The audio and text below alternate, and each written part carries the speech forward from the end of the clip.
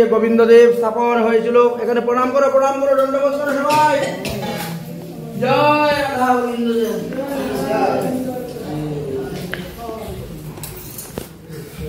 চলো এবার গোবিন্দ কুণ্ডে আসি। ভালো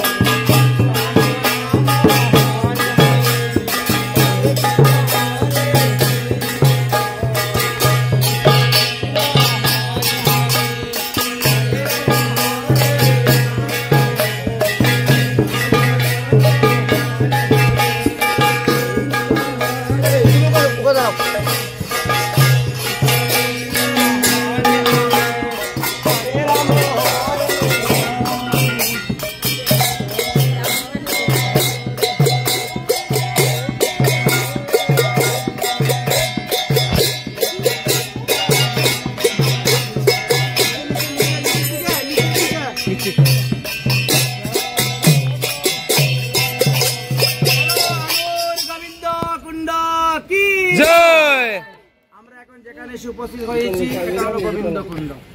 এই যে গিরিরাজ মহারাজ দেখতে হচ্ছেন, ইন্দ্র 7 দিন 7 রাত মুষলধারে বৃষ্টি দেওয়ার পরে যখন কোনো ক্ষতি করতে পারলো না, তখন ভগবান শ্রীকৃষ্ণের চরণে ক্ষমা ভিক্ষা চাওয়ার জন্য ব্রহ্মার কাছে গিয়েছিলেন।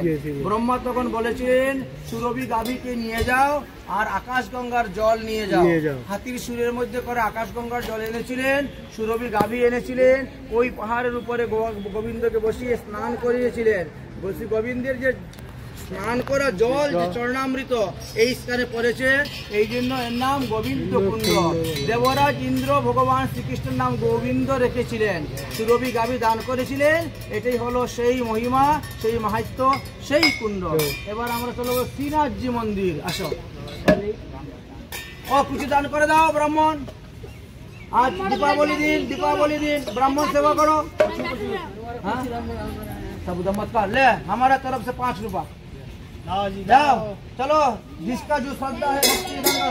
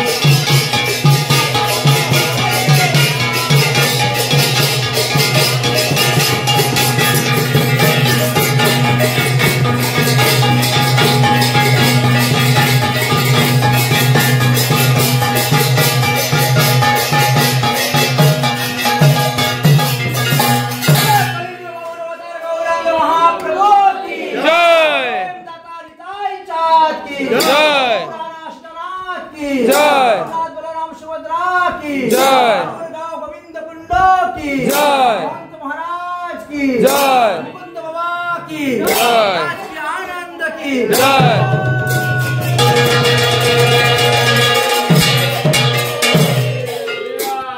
আসেন বলুন কি বলুন।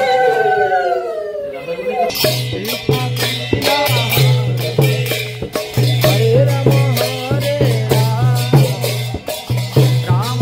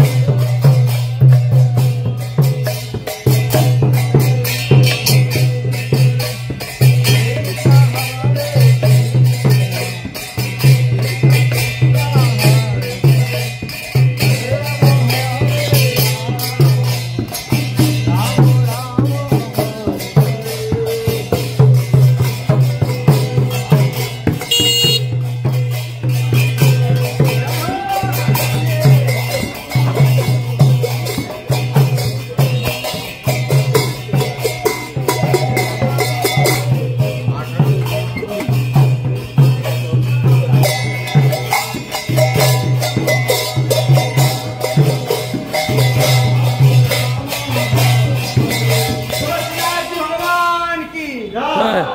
ফটো তোলা নিষেধ ওইদিকে ঘোরা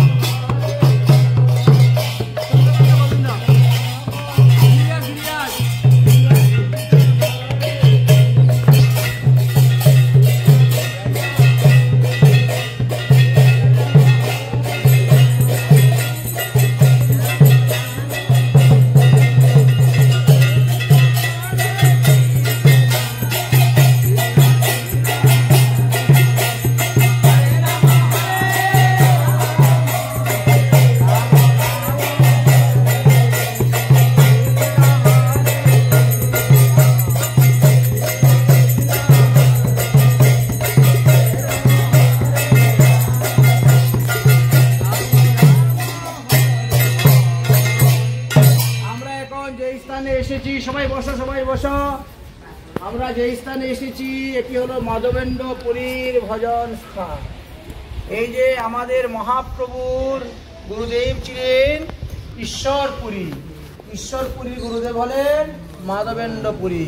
মাধবেন্দ্রপুরী কোথায় জন্ম নিয়েছিলেন?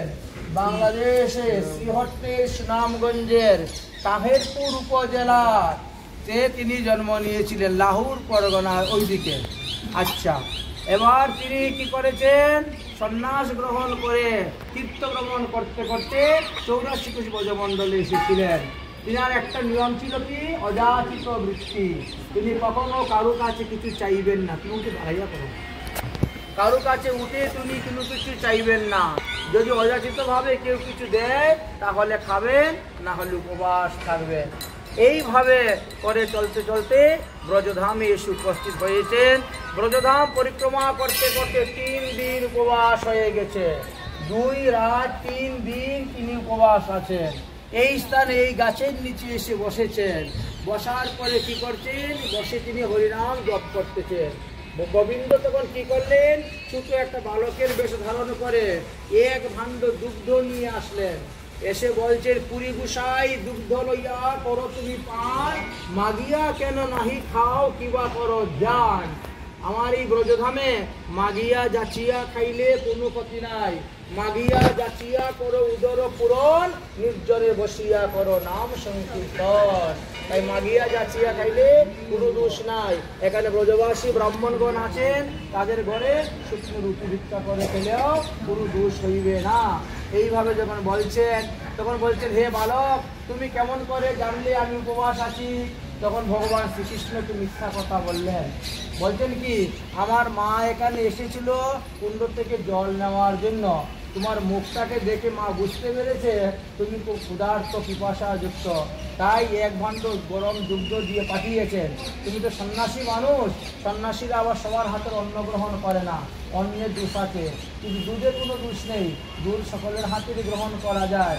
এই জন্য মা এক ভাণ্ড দুগ্ধ দিয়েছেন, এই দুগ্ধ তুমি পান করো, আমি এসে পরে বাসনটা নিয়ে যাব। এই বলে দুগ্ধ দিয়ে ভগবান চলে গেছেন। মাধবেন্দ্র পুরী দুগ্ধ পান করেছেন, পরে বাসন নিয়ে বসে আছেন, ছেলেটা আসবে বাসনটা দিব তারপরে যাব। এই করতে করতে সন্ধ্যা হয়ে গেছে, রাত্রি হয়ে গেল, সেই বালক তো আর আসে না।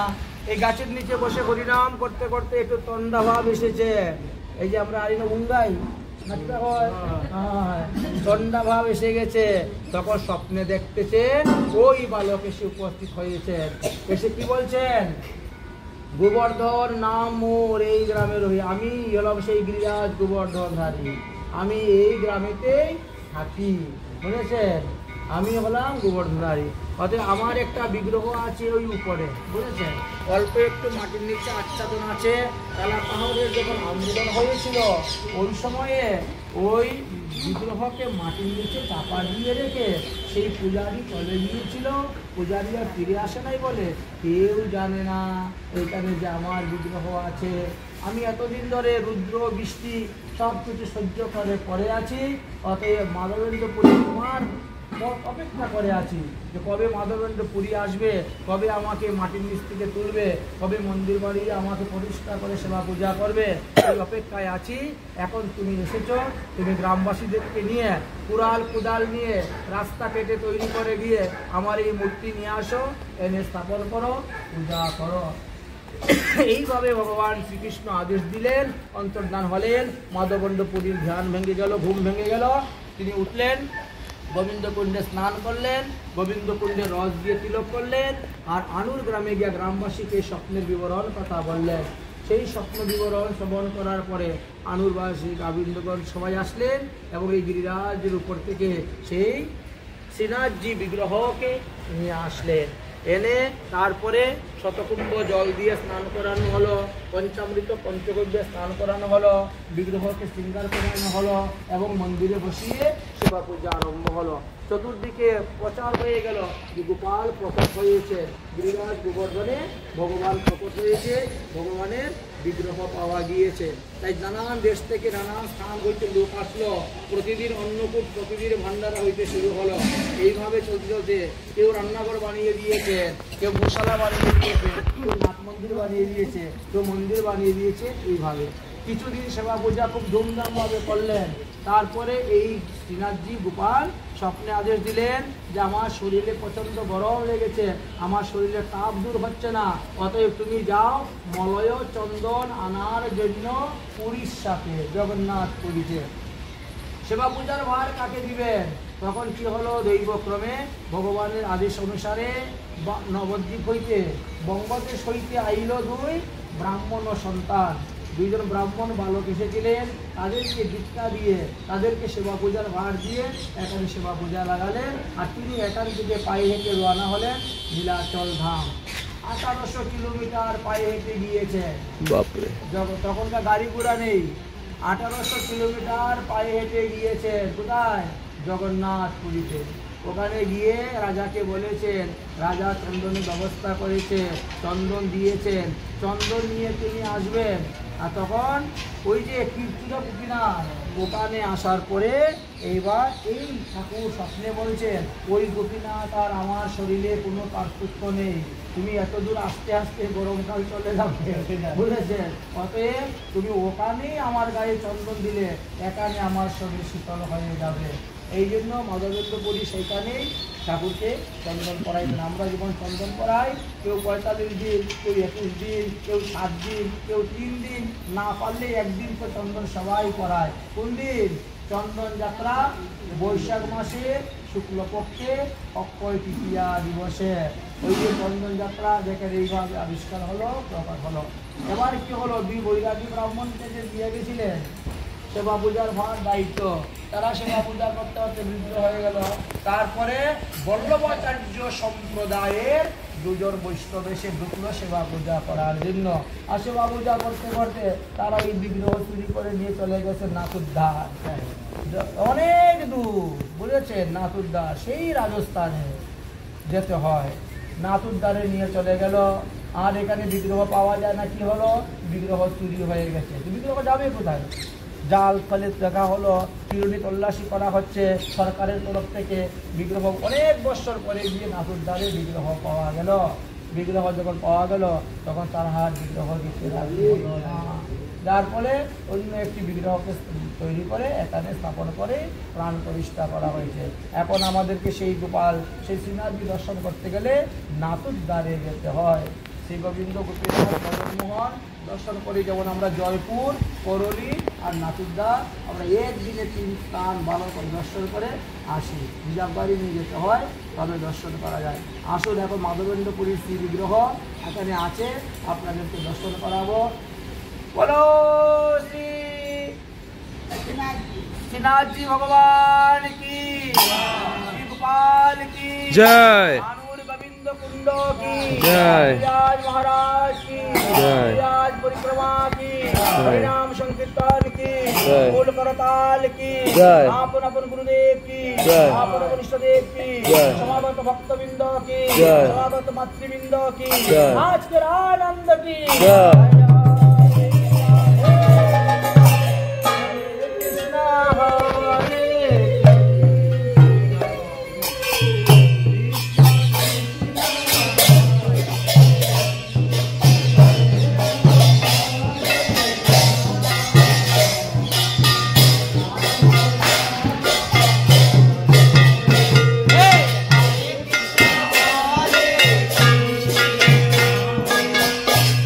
Thank you.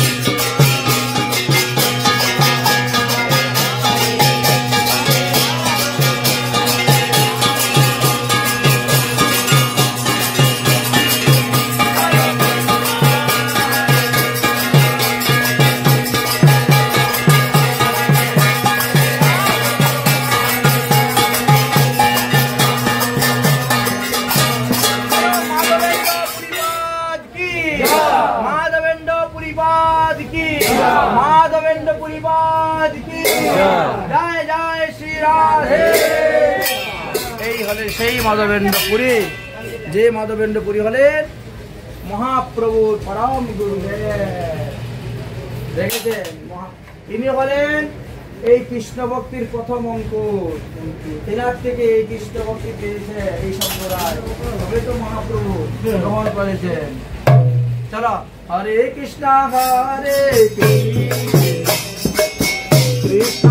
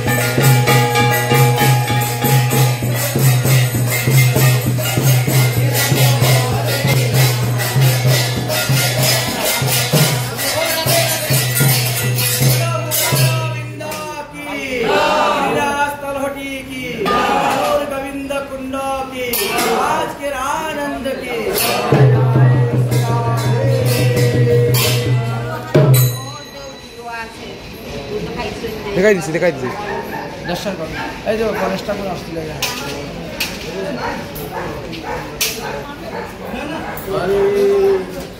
Hare Krishna Hare